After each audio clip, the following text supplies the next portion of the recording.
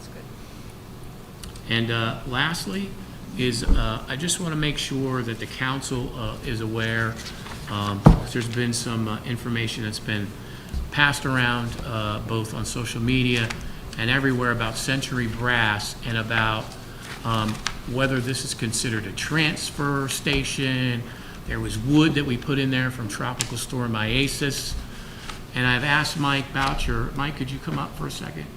As we could just inform the council and those that are watching.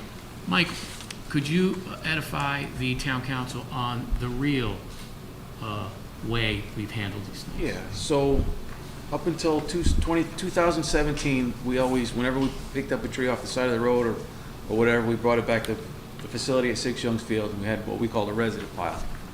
That was the amount of stores that we had for wood. Mike, I'm sorry, the what pile? Resident pile. We call it the resident pile. A The resident wood could pile. come and Oh, the take wood any that wood you away could come from and there. take. Yeah, Yeah. yeah.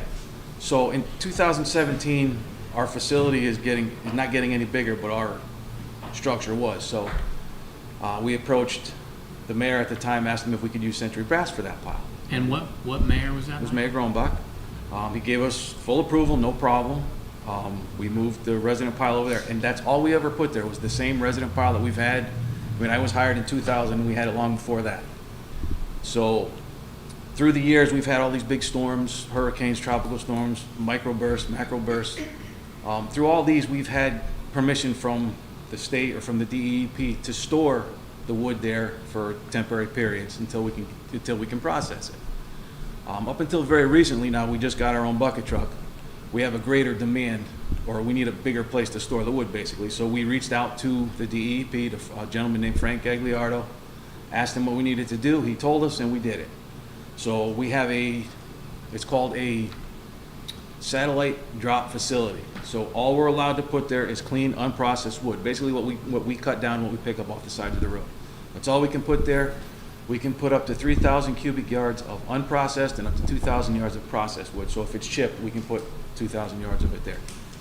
That's the extent of it. I mean, we've never been doing anything illegal there. We've always just, done what we had to do. So all these rumors that are going around, they're just that. They're just rumors. I mean, we've always had a transfer station license that's covered pretty much everything we do to that point. So Are you implying something on social media is not true?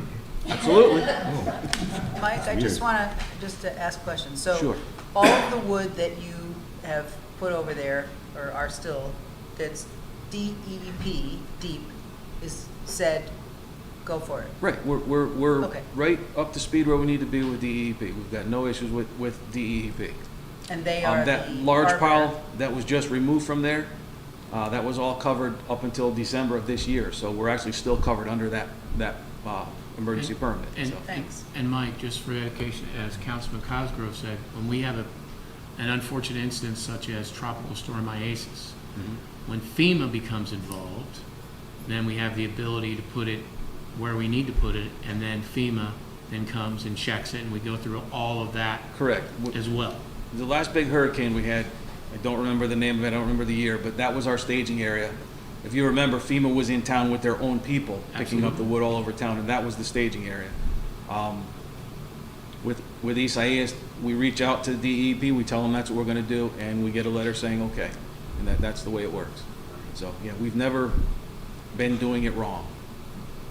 Thank you, Mike. So I have a Mary question. Jo? Where does this wood go eventually? Like, what do you do Well, with it?